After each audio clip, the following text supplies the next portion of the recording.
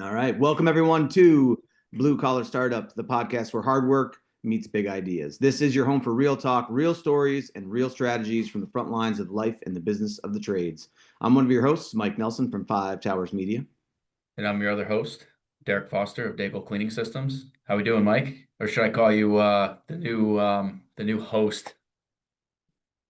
The new host, The hostess of the the mostest. hostess of the How you're most doing? I'm sorry, not host. I mean MC. MC. That's my new Um, career path as a MC for functions. No, I'm good, man. I you're good. listen. Just for you guys listening too, so you can get the context of Derek's ribbing. Not funny, somewhat joke.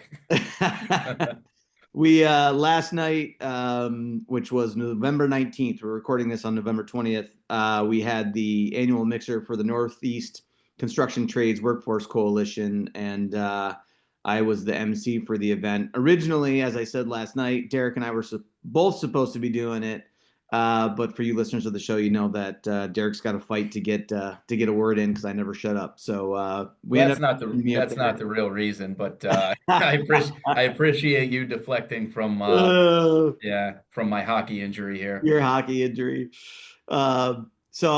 Great event. Yeah, What a great time. Sponsors, the attend. I mean, there's 360 people in there that were there to support the coalition and understand the problem that the workforce initiatives have in the trades right now. I got to quote those stats that I said last night.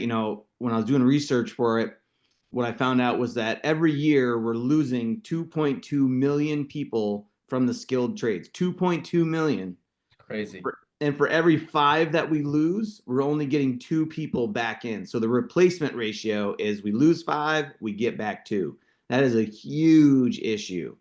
Um, to kind of with what we're going to talk about today, what that really means for everybody listening and for people that are considering the trades, there is huge opportunity to make a lot of money, have a really successful business in the trades because, when you look at supply and demand, if there is small supply that increases demand, even if it's the same amount of people that are demanding that product or service, if there's fewer people to do it, that just means that the people that are able to do it are going to be booked solid and can kind of name their price on what they want to charge. So it's I don't know, Yeah, man.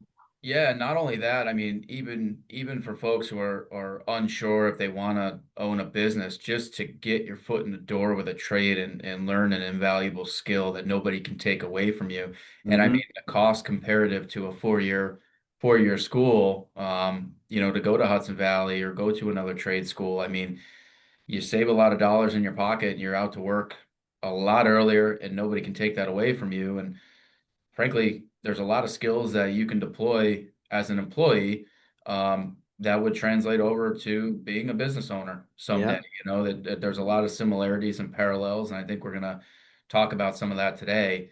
Uh, and it's exciting. It's an Yeah. exciting time. Wherever there's a problem, there's always a solution, and there's an opportunity for somebody. Absolutely. I don't know if there's ever been a better time to be considering the trades than right now in the current environment. So Yeah. Um, but first, let's give a quick shout out to our sponsors. We got to see a few of them last night at the event, which was always great to see everybody. Nick from People Ease was there. Let's see, we had Olivia from Martin Electric was there. MLB Construction, they had a whole crew of people I think there. I know I saw Chloe; she was with a big group. I assume they're all from MLB. Bonaccio Construction, I didn't personally run into anybody from Bonaccio, but I think there was a couple of people there. Michael's group, of course, one of our, as I said last night, one of our first sponsors to come on board with us a few years ago and continues to support us, and really grateful for Luke and his team over at Michael's group. Catamount Construction, Scott and Stacy and Jason were at the event last night and causing trouble and being fun, and always great to see those guys. And then, of course, the support that Derek gets from his team at Daigle Cleaning Systems to, give him the space and time to be able to work on this show, to be on the show, to all the behind the scenes stuff that Derek does. And then, of course, our team over at Five Towers Media for the production and the website and all the stuff that they do, and also giving me the ability to be on the show. Can't thank everybody enough. So, Thanks to our sponsors. And if you didn't know, our sponsors, we use part of the money that they give us, or we use half the money to be specific about it. We donate back to local BOCES programs, to HVCC, to help kids that are going to their programs with tools and tuition, and just help support them and do what we can to help support the trades. So, all right, that's enough about our sponsors. Let's get to work, D. What we're talking about today, huh?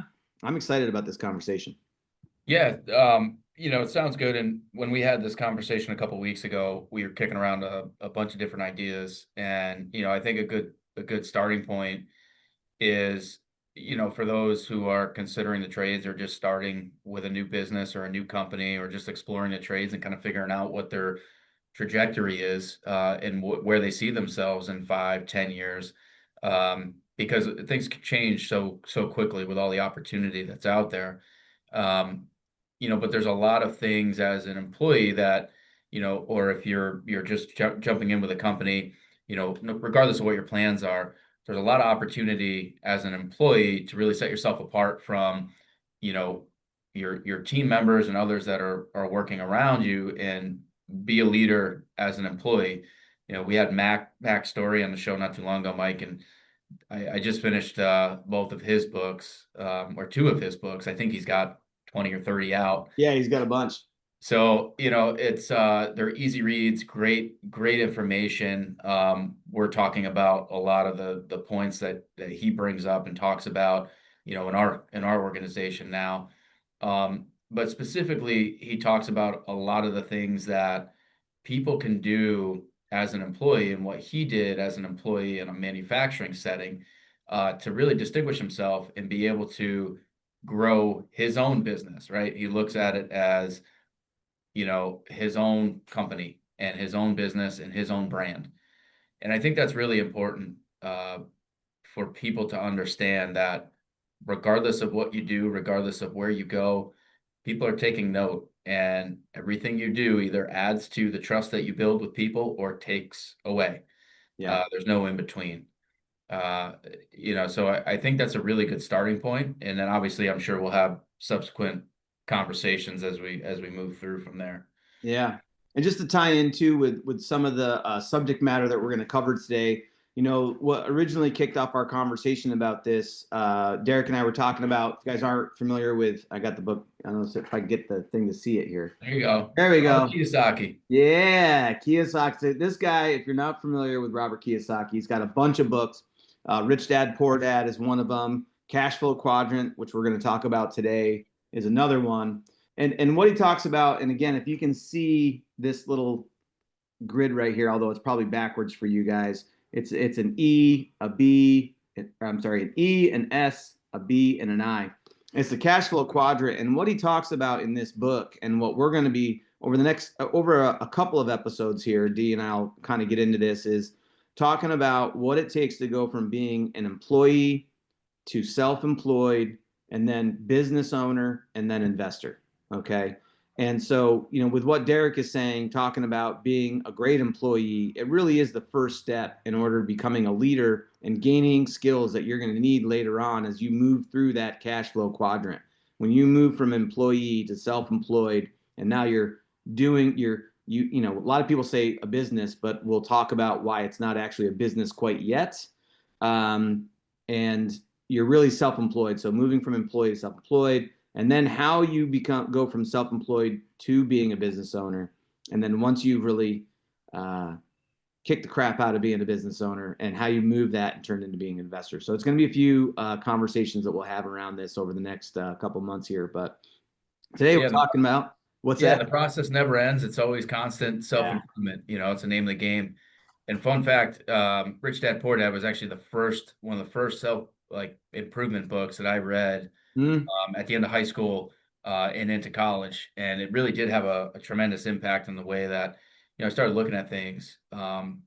Me personally growing up, I had a vision of what I wanted to do, and that was to, eventually be in business for myself. I saw others that were around me, family friends who, built and owned their own businesses, and I thought that was really cool. I had no idea what went into it. Now I have a greater appreciation for, what what they were going through and some of the problems that they dealt with on a daily basis and made it look easy. Yeah. Um, but I always knew, but didn't know quite where to start. The only thing I knew is that I could work. I had a really good work ethic, and I put that to play, early on in construction. And I got into the trades simply, number one, for a job. So I always like to have my own things and be able to Hmm. pay for my own things. And at 16 years old, frankly, my family wasn't in a position to do that. So if I wanted the extras, then I had to work for it. And I was okay with that. And I'm very grateful for that. So, I went to work on a construction site and was a ball of piss and vinegar, as some would say. I was very quiet. I kind of walked into it not knowing what to expect, but there were some guys, that would bust balls and bust chops and tell me to go get the board stretcher out of the van and Yeah. all of that good stuff. I almost fell for it. But, going through that, you really have to, I had to prove myself. And the way that I was able to do that was just through working hard and showing up every day. And tell you, there's something to be said for working an 8-hour day on a asphalt shingle roof in the summer. Teaches you a lot. Um, number one, how to persevere, how to overcome, things you can't control, the weather, for example, right? You Yeah. suck it up and deal with it. It's the same thing of, being in business. You don't know what's gonna hit you from day to day. You don't know what's gonna come your way, but as long as you have a positive attitude and a solution oriented attitude, you can figure out just about anything. And, if you can't yourself, then you ask one of your teammates or people around you, and you'll be able to find the answer. So, you know, I knowing that I wanted to move towards that goal of owning my own business, some of the things that, stood out to me or were important to me, it was more so about what I was able to learn and the things I would be able to take away from that. And obviously, I was making a paycheck as everybody does as an employee. Um, and what you do with that can really have an impact on, your future and the growth and what your ability is to be able to scale your own brand or be able to build your own business. And I can remember luckily, just coming out of college, I had been introduced to a couple good folks who, were financial advisors and taught me the value of investing over time Hmm. and taking whether it's $25, $50 a week, whatever I could spare, and putting that in an active investment account that would buy securities on a weekly basis. Over a period of time, you take advantage of the ups and downs of the market, dollar cost averaging. So when the market drops, you buy at a discount. When it's up, you're making some money on your investment. Yeah. And I did that for a while. And I did that for about a year, saved up, enough money to where I was able to think about, okay, now what do I do? I have a couple $1,000s that's saved and set aside. How do I deploy that, and what's the best way to do it?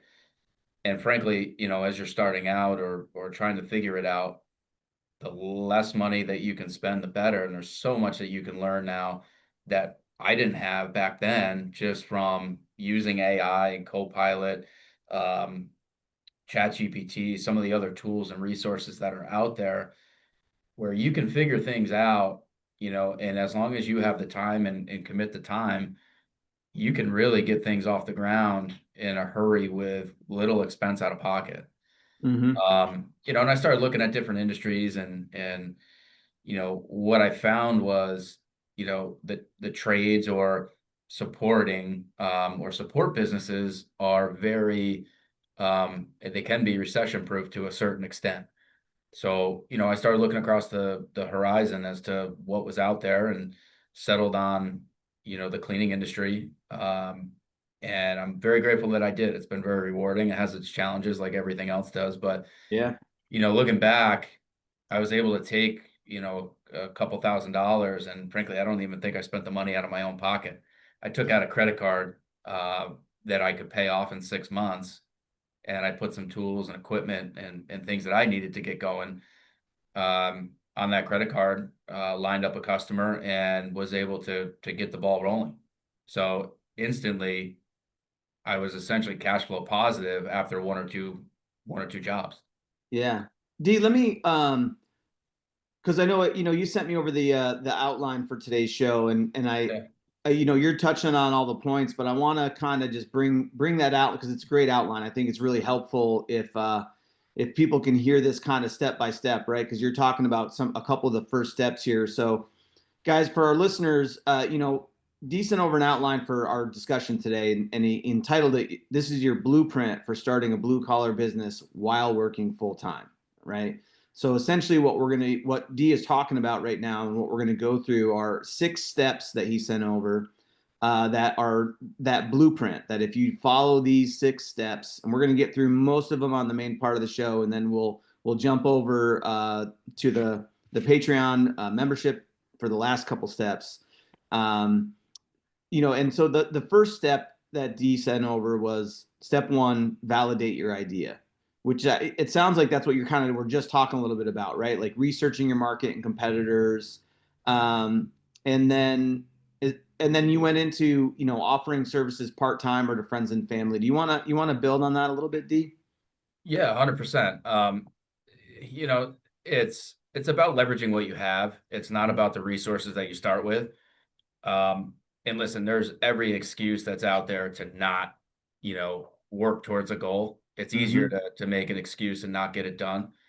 But if, for anybody that's been following the show, every single person, whether they were an employee, a business owner, it doesn't matter, all of them were able to put the excuses aside and figure it out. Mm-hmm. And I think that's the most important thing. Look at what you have around you. Look at what your network is and who you know. And, you know, computers are a dime a dozen, and the internet is relatively it's everywhere. You know, Mm-hmm. everybody's got Netflix on their TV. Everybody's got, everybody can make sure that they have what they need to watch a TV show, right? But, you know, why don't you plug your computer in and figure out what the market looks like and Mm-hmm. where the opportunities are. It's very simple to do, but it's easier to make the excuses than sit down and do it. um, and I was always very passionate about wanting to learn, and regardless of whether I failed or not, it didn't really matter. And it's just making that commitment to Mm-hmm. figure it out. um, Nothing is perfect. There's mistakes. There's things that I anticipated that were completely wrong. Uh, yeah, and we've heard that story so many times. I mean, Yeah. Sonny was on a couple weeks ago, and same thing. Everything went wrong, I think, is what he said. Yeah. And it's true. I mean, but you work through the problems and you figure out the solutions and use what you have. Um, but yeah, So go ahead. yeah, let me jump in. So step 1 would validate your idea. So you talked about researching your market and competitors, which is what you did. And I should say also, guys, this whole outline with all the steps will be in the member portal. So if you want to be able to read what we're talking about and see these steps and maybe even use it as a checklist as you're getting ready to move from employee to self-employed, it'll be there for you. So you validated your idea as far as your cleaning company goes, right? You researched market, you took a look at who the competitors were out there. You start looking to offer services part time or to friends and family just to kind of dip your toe in it, I think is what you're saying, right? To kind of Yep, feel it absolutely. out. Uh, Obviously, like you said, we've got tools now in today's market that we didn't have 10 years ago or 15 years ago. And, using social media to gauge interest for a product or service, which, I mean, correct me if I'm wrong, D, but what I'm taking away from that is that you could literally just put a post on your Facebook account and say like, hey, I'm thinking about starting a handyman service. I'm Yeah. wondering if any of you would be interested in hiring me to help you with your handyman projects, right? Is that what you're saying as far as use social media to gauge interest? Yeah, 100%. And social media wasn't very prevalent when I was starting out. Mm-hmm. It was there, but it's not to the scale that it is today. And it's Yeah. very easy to just ask. You can get feedback on an idea. Go to trusted people. I mean, you can email us, and we're happy to take a look at. And I mean, if this show isn't enough validation for what opportunities are out there in Yeah. the trades and the blue collar space, I don't know what is. Um, So yeah, I mean, you got to do your homework and do your research and make sure that you're going down a viable path, a path that has opportunity. If there's no Mhm. opportunity, there's no point in pursuing it. So step two is build a financial safety net, which you talked about this a little bit, but I wanted to kind of pull it into the outline too. Yeah, At the first thing that you have on this outline is keep your full-time job for steady income, right? And I think how many guests that we have had on the show where we talked to them and they said this very thing, right? Like they didn't just decide to open up a business one day, quit their job, and then open up their business and instantly became successful. For a lot of them, there was a transition from, like I'm thinking about, oh my God, wild that I'm blanking on his name right now. My old man brain is getting me. He bought a pig from me. Uh, Devin, but Devin oh Cameron. yeah, So yep, like Devin was talking about, he was actually had a very successful career in the education system. He was an administrator, like was yeah, was doing well, right? Didn't need to leave his career by any means. And but he talked about it where, he was doing his construction business on the side and then slowly started to say like, hey, I want to make this transition out. But before he did that, like he was doing it for a while and then was able to take one big job that he knew was going to keep him busy for a while and use that as the stepping stone, knowing that he had to also start backing jobs up behind it if he was going to completely cut that cord. yeah, Um, and then you also touched on saving up some money, right? Like getting some resources. So in the outline you've got here, save 3 to 6 months of living expenses. And you want to just touch a little bit more on that and why you want to have sure. that 3 to 6 months of living expenses? Yeah, well, I mean, first of all, everybody has a different situation, so you have to do what works best, for your own situation. But there's always a way, and you might have to work a little bit longer in a full-time job and pull double duty for longer, depending on what the startup expenses look like for what you want to do. Mhm. With with the industry that I chose, it was a lower barrier to entry, so the startup expenses aren't as significant. Um, but, there's other things that you have to consider, and that's, if you hire help, you need payroll, so on and so forth. But if you can work a full-time job and start a business on the side, whether that's nights, weekends, you start building your brand, you start building your reputation, you're able to make extra money that you can save and reinvest into the business when you want to launch. But you should have a safety net. It's not a good idea, at least in my opinion, to say, okay, I'm gonna go start a business with no plan, no backup, right?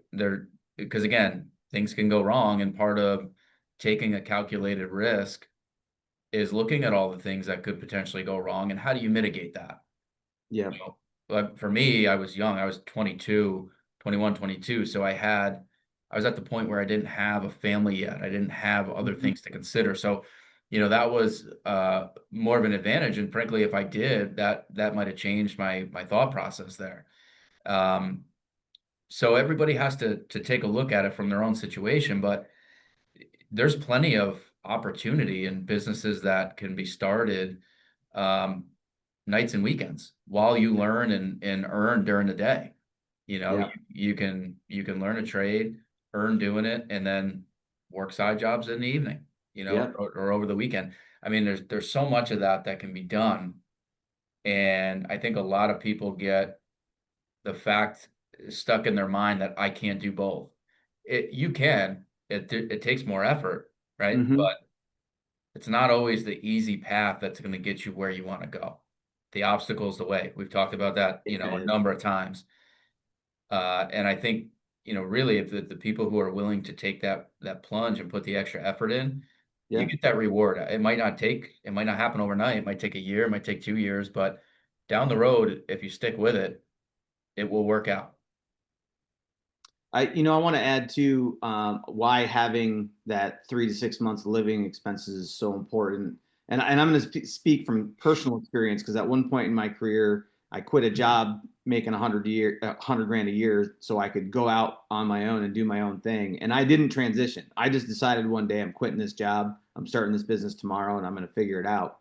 And what I can tell you is that when you don't have, and I did not have a cushion, I was living paycheck to paycheck, and I had, you know, 3 kids and all the things, and the house and the boat and the car and all the stuff, and so a lot of expenses. And what I can tell you is, because I wasn't smart enough about making sure that I had an easier transition into that business, what it did is it created pressure, put pressure on me to have to earn faster, make more money quicker, to be able to cover my living expenses. And what in turn that did is it made my decision making poor. Like, I made some bad decisions because I was panicking about A my revenue. necessity.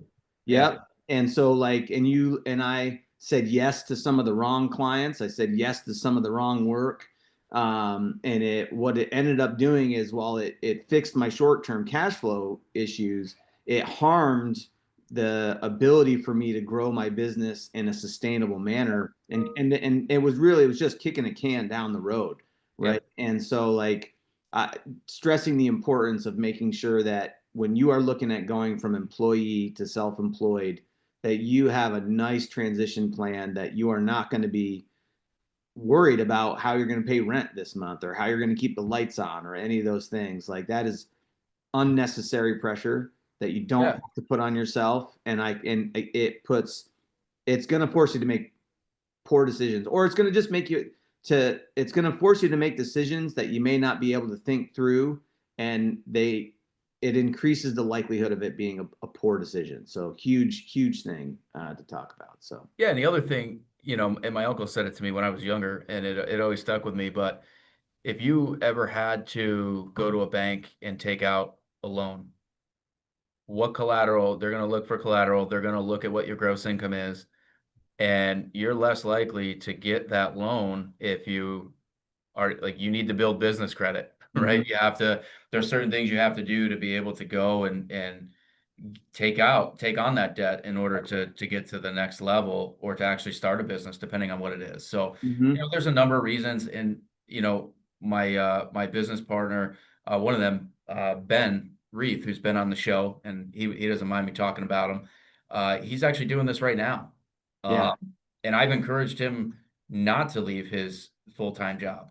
He works hard. He does a really good job. He's a project manager. He has to travel occasionally, but he's engaged every day. He is taking calls on his lunch break. He's working in the evening. We're having phone calls at 8, 9 o'clock at night, talking through different things. And, he gets it. And it's cool to see, because you know, I'm encouraging this, and, he's doing this as we're talking about it. It's awesome. The next thing you talked about on here, D, is tracking business revenue and expenses from day one. And I got to say, it's so important. This is the one area for me that has always been a weak spot. I've always been hey, I'm just going to sell the shit out of it. And so long as I'm making more money, as long as my gross revenue coming in is worse than my gross revenue going out, I'm making money. And I've definitely, again, it's created problems, and it's an aspect of the business we're working a lot on right now. Because, as your business grows, that problem only gets worse. If you don't know what's coming in exactly, if you don't know what's going out exactly. Um, and I've seen so many business owners over the years that are highly focused on these numbers, revenue and expenses, and being very detailed about it. And I watch how successful they are because of it. Um, it's so important. You want to touch on that, D? Because I know you're pretty good with tracking your revenue and expenses. Listen, that's the part that I hate, the bookkeeping aspect of. Do you really? I'm not a fan. I enjoy the That's funny. numbers. I enjoy numbers. I enjoy digging into it, but when it comes to actually punching them in and tracking all of that, Yep. that's not my jam. You know, but you have to be good at it to know what's going on, and the numbers tell a story. Mm-hmm. The reason that I put that on there mainly is because you don't want to overextend yourself too early. And what I mean by that is, if you can get away with taking care of or doing your first couple of jobs with the equipment that you have, that money, instead of going and buying additional equipment, that fancy new, table saw or chop box, right? Or Mm-hmm. or in some instances, excavator or whatever. If you can get away with what you have available to you, that money now goes to your bottom line rather than out the front door in terms of a monthly payment, and you don't have that note hanging over your head or that additional expense to say, "Uh-oh, Mm-hmm. now I got to pay for this," right? And that's really why I put that on there. So it doesn't have to be very sophisticated when you start, but as long as you have some sort of system, whether it's, I'll give QuickBooks a shout out. There's a number of uh, different programs out there that are tailored to specific industries. You got to have something in place to know, what you have coming in and what's going out, and then figure out what that threshold is to say, okay, I got all of this work lined up. Now I can go and look at buying this tool that's going to help me do that better. Yep. Right. So you got to have the work first, figure out how to get a couple jobs done so you have that positive cash flow, and then consider, how do I make that better? How do I give the customer a better experience? How can I do that faster? And you build from there. Yeah, and that's really what should be leading how you're spending money, right? Is not what new toy do I want to buy, but how is what I'm about to spend money on, whether that's a new employee or a new truck or whatever, new tools, how Yep. is the money I'm spending right now going to give me a return on investment in my business? How is it going to make me be better, bigger, faster, stronger, whatever it is? Yeah, and if those customers decide not to move forward with the project, or, I've had it happen where, we go down the road and it's one of those things where circumstances dictate to a customer that they can't continue on.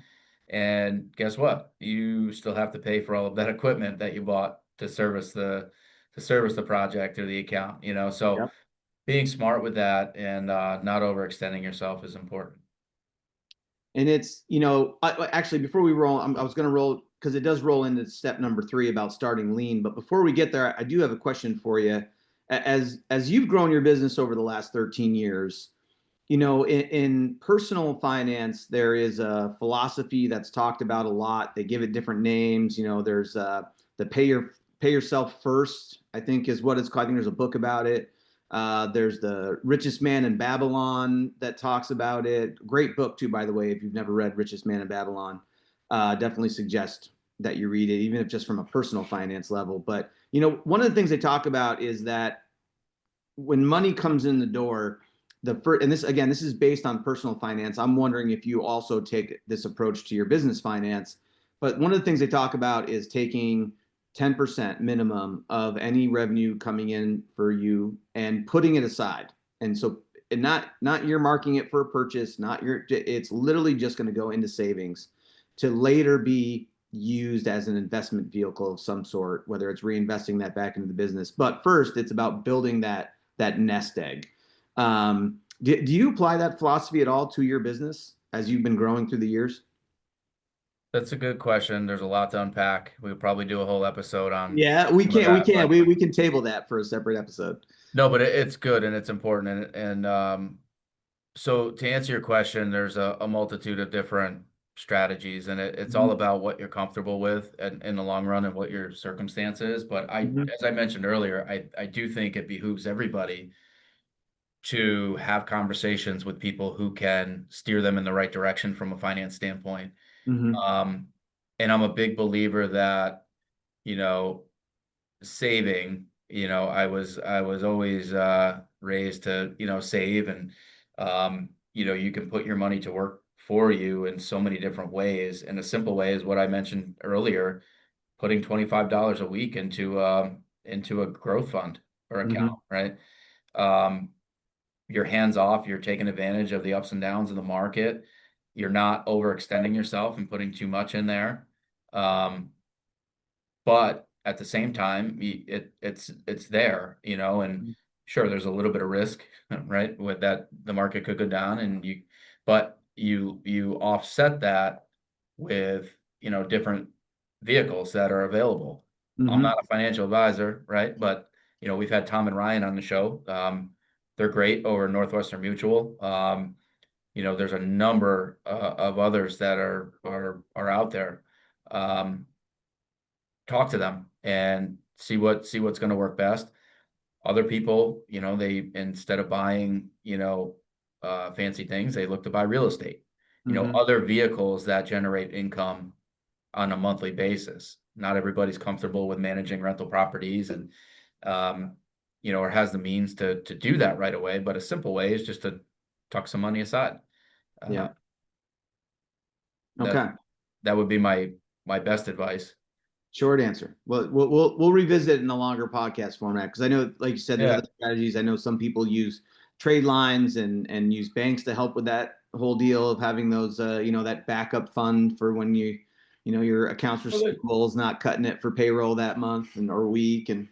But yeah, yeah, so. there's a number of different tools too. Like, if there's rather than having money sitting in a savings account, a lot of banks offer, CDs and Mhm. um, cash management funds and stuff like that to where, you're earning more interest than you would if it were just sitting in a savings account. A 1% savings. Yeah. Okay. So let's move on to step three, start lean. And it's interesting. We were just talking about this a little bit in step two, but I know, the first bullet point you've got here: avoid big equipment purchases until you have paying clients. Kind of bootstrap your growth. And I can't remember what podcast it was, but I remember one of our guests, and it might have been Devin for that matter. I'll just keep quoting Devin Kamengay. Uh, but I remember him talking, or whoever it was, talking about how they see a lot of guys, they start a business, whether it's a masonry company or a construction company or roofing company. And the first thing they do is they go out and they buy that F-450 dualies, big fancy truck, and they get it all lettered up and wrapped, and they probably spend tens of thousands of dollars getting this, just the truck, right? And they justify it by it being a driving billboard or however they justify it. But um, talk to us a little bit about avoiding the, is that necessary? How do they start lean? Like what do you really need to get started? Well, it's what I alluded to earlier. Take the bare essentials that you need to Mm-hmm. generate revenue and work with what you have.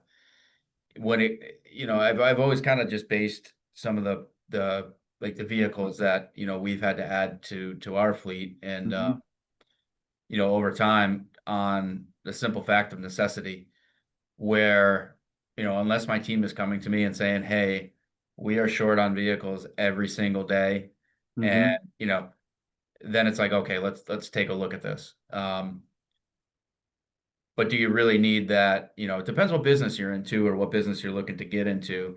Mm-hmm. Everyone has a different requirement. Like if you're towing a dump trailer, it's going to take a different vehicle than, if you're running around to and from job sites. Mm-hmm. Um, Well, even do you you, need you that know, dump trailer, right? Like you're going to go out and spend 10 grand on a dump trailer that's going to get used maybe a couple times a month when you could really rent one or borrow one that's or right. in the beginning, right? You don't need to go out and buy it in order to have it. You just rent it when you need it. And then if you find that you're going to save money by actually purchasing it, now you can start putting that money to work by purchasing it because you're using it so much. But you got to get there, right? Like you can't Yeah, just it's go out and it's spend the it's money. asset versus liability, right? And Mm-hmm. I've always looked at vehicles as a liability.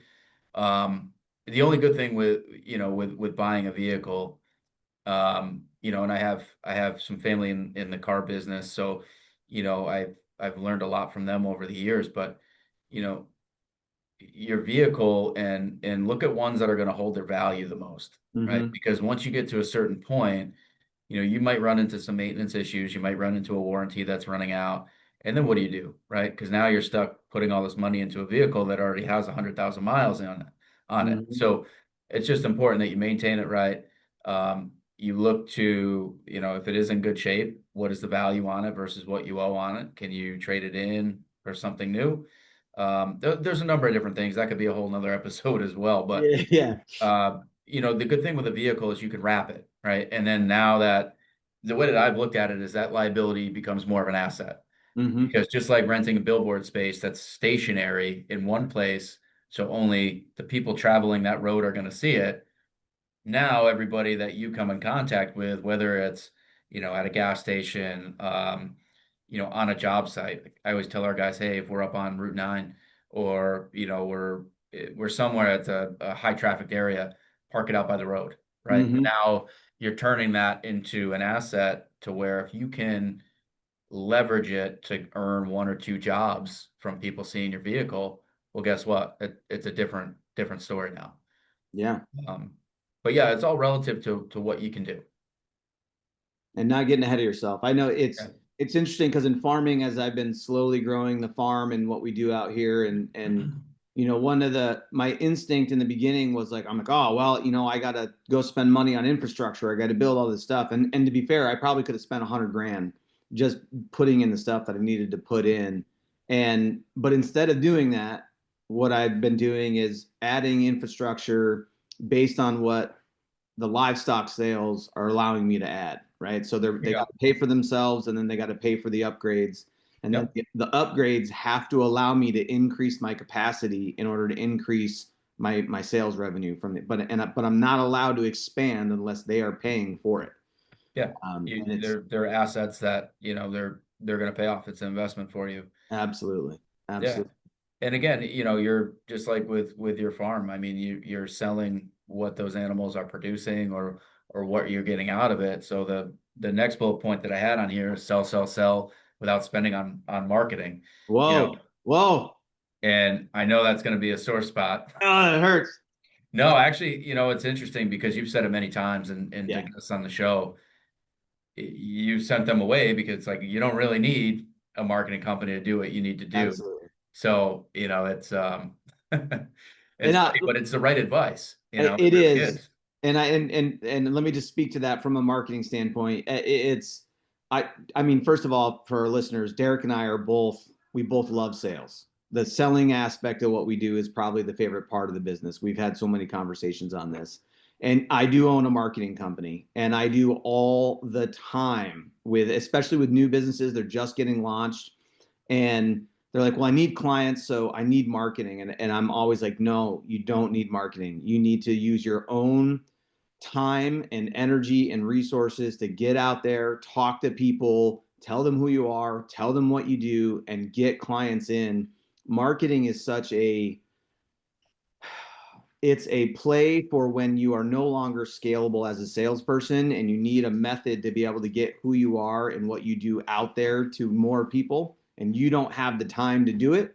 That's when marketing comes into play. But before that, God, aside from having a website, do not spend money on marketing. Like, wait until you have extra income, and you're going to now, just like we talked about before, you're going to use that extra income to be able to get a return on your investment by investing it in marketing, with the idea that for every marketing dollar you spend, you're getting 10 back, right? Like, until that's the case, don't do it. Yeah, and now, I mean, that's what we look at. We look at that metric and where we are Mhm. compared to what we do spend. But you know, we got away from doing some of the community-based stuff and the relationship building things and going to events and getting involved. And this community and the podcast has been a big part of us, getting back involved and just Mhm. giving back and putting good out into the world. Um, but I think all people have to do is go out and have a conversation, you know, Yeah. and go to events, go to networking events, whether it's with the chamber, whether it's with, your local business review, or, get in front of the people that, you want to talk to and have conversations with and actually learn about them and add something of value for them.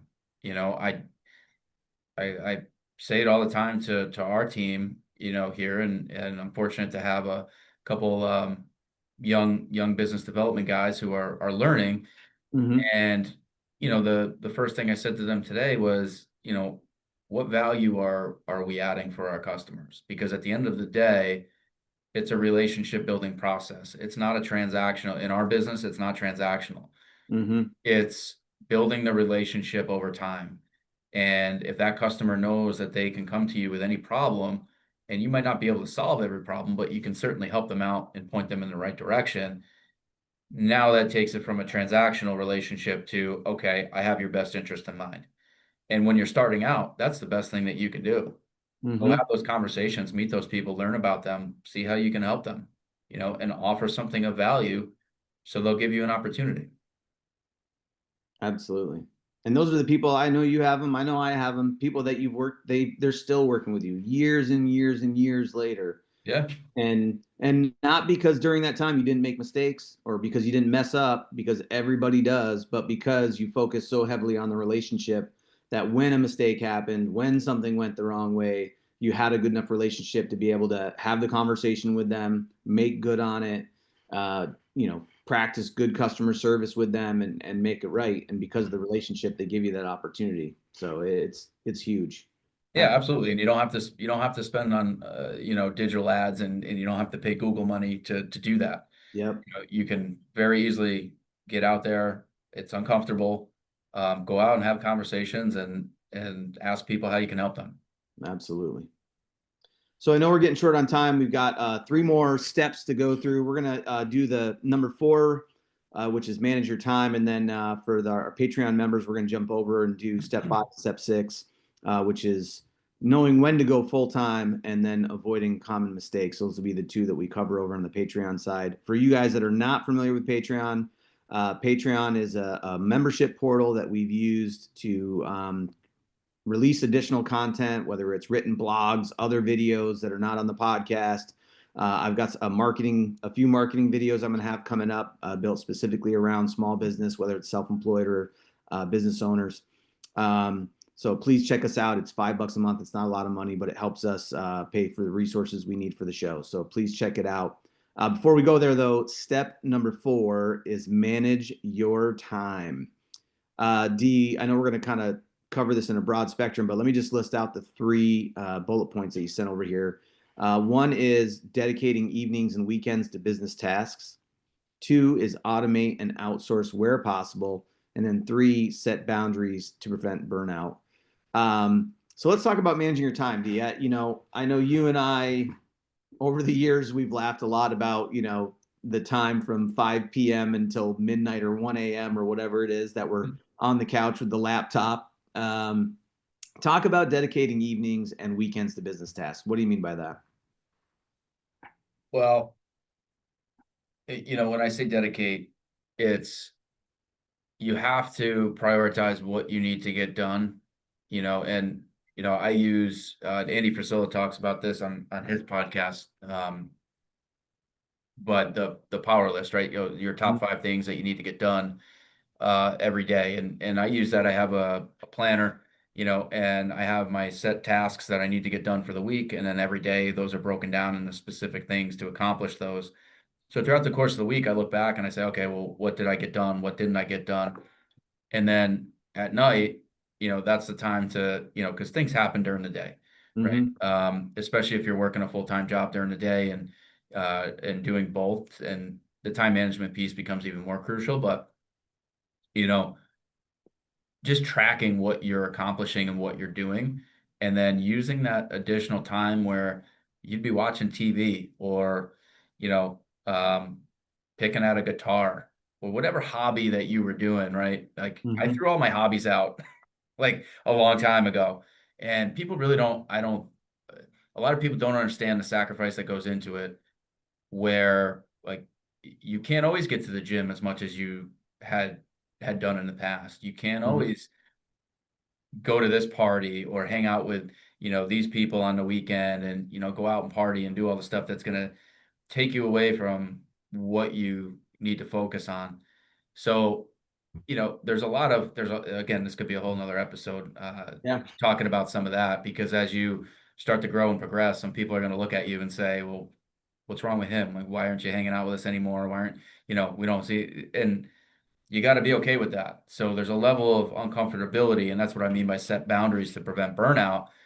You only have so many resources, of your time and energy to go around, and some people are probably going to be irritated with that. It is what it is. If you got a goal that you want to accomplish and something you want to do, you got to make the necessary adjustments to your schedule to make it happen. Um, and again, people with I was fortunate when I was younger, I didn't have a family at the time, but anybody that does and is in their 30s and 40s and thinking about going down that path and branching out on their own, it becomes even more crucial, right? Because family's most important. So you got to figure out, okay, what am I going to fit my family time in? And what does that look like? And then what do I need to do on my end to still get my shit done at the end of the day? Um, for me, and the nice part about being able to work from anywhere now is all of that is kind of intertwined. Mm-hmm. So, from a personal standpoint, I work a regular day from 8 o'clock in the morning till, 5 at night, and then have my family time for a couple hours, and then I'm back on my computer at night getting done whatever I didn't get done during the day done. So, it just depends. Some nights I might be on the computer until, midnight, 1 o'clock. Other nights I might be done by 9. It Yeah. depends. But as long as you have the discipline to sit there and make sure and hold yourself accountable for the things that you need to get done to get where you want to go, you won't have an issue. Yep. I know. Well, two things I'll add to that. One is I used to have a boss when I was at Sandler, and they used to talk about pay time versus non-pay time. And what they meant by that was pay time is any time of the day where you need to be doing something that's going to get you paid. Like from a sales standpoint, I can only do cold calls and get in front of clients during a certain time frame. So if it's in that time frame, that's what I need to be doing. And it non-pay time would be something like entering in my activity into the CRM for the day. I can do that at night. That doesn't have any kind of pay allocation to it, right? That's just a data and tracking thing. Or like from a business owner standpoint, back when it was just me, I would spend the day uh, selling websites, and then at nighttime I would be building those websites, right? And or from a contractor standpoint, you might be on a job site working for a customer all day, and then at night you are, when it's daytime you're doing the job, that's pay time. Nighttime on the laptop on your couch, that's non-pay time, and you're doing invoicing and you're checking receipts and you're looking at your books and doing those things, because those can happen at any point in time. And it all ties back with, from a time management standpoint. Everybody is, not everybody, but most people have heard of the 80-20 rule, right? And it's like 80% of the results you're getting are coming from 20% of the activities you're doing. And that is based out of something called the Pareto principle. Pareto was, I think he was an Italian economist way back in the day. And he had noticed with his pea plants in his garden that 80% of his yield came from 20% of his plants. Well, Pareto's also got a bunch of other things because he was an economist. And one of his other things that most people haven't heard of, and it relates directly to time management, is called the Pareto efficiency. And what that talks about is if you were to look at your day, you've got 24 hours in the day, right? And there's some things in those 24 hours that you just can't get rid of. Like you got to sleep for, let's say 6 hours. We won't even go the 8 hour sleep, right? We'll go 6 hours, you got to sleep. Yeah. Now you got 18 hours left. An hour of that time is going to be used on eating, right? So now you've got 15 or 17 hours left. It's kind of bad at math, and then you've got an hour of personal hygiene activities like showering and using the bathroom and brushing your teeth, right? Now you've just lost another hour. And then you do this, and all of a sudden you're left with not as much time in a day as you think that you have. And you have to make sure you're going to assign the time you have left after you do all those things you can't avoid. How much time do you have left, and what needs to be allocated where and when to make sure that it gets done, right? And so it's, Yeah. I encourage anyone, check out the Pareto efficiency, check out Pareto in general, but a lot of good stuff from a time management standpoint. So Yeah, absolutely. I agree with all of that. got to get it done. A lot of late nights on the couch. That's the cost. The Well, cost. listen, there's so many tools out there now too Yeah. that speed up efficiency. So if you're not using those tools, you should get familiar with them. Yep. There's a lot of AI tools and different, there's so much out there. Yeah. And, there's a number of things, but take a look at some of those and that can really help boost that efficiency as well. Absolutely. So listen, everybody, we're going to jump over to the Patreon section here, cover these last two bullets, just in case you missed them the first time I said them. Those last two bullets, or steps, I'm sorry, that we're going to cover is it's going to be knowing when to go full time. And then it's also going to be avoiding common mistakes. So we're going to spend about 15 minutes talking about that stuff. Jump on over to our Patreon, subscribe to that account, please. And of course, if you're listening to us, if this is your first time, make sure you hit that subscribe, that like button, leave us a review, preferably 5 stars. And of course, you can always find all of our episodes on our website, bluecollarstartup.io. And then, of course, you can listen to us on Rumble, YouTube, Apple, and Spotify. Thanks everybody for listening, and you'll hear from us in a minute over on the Patreon side. And that wraps up another episode of Blue Collar Startup. A big thank you to our sponsors, 5 Towers Media, Daigle Cleaning Systems, Daigle Fire Solutions, The Michaels Group, Martin Electric, MLB Construction, Bonaccio Construction, Peopleese, and Catamount Consulting for making this podcast possible. And thank you for tuning in. If you learned something or felt inspired, connect with us on our website at bluecollarstartup.io or email us at hardhat.bcsu@gmail.com. We'd love to hear your questions and topic ideas. Help us spread the word by sharing the show and following us on social media for updates. Until next time, keep on building, keep on dreaming, and keep hustling like your future depends on it.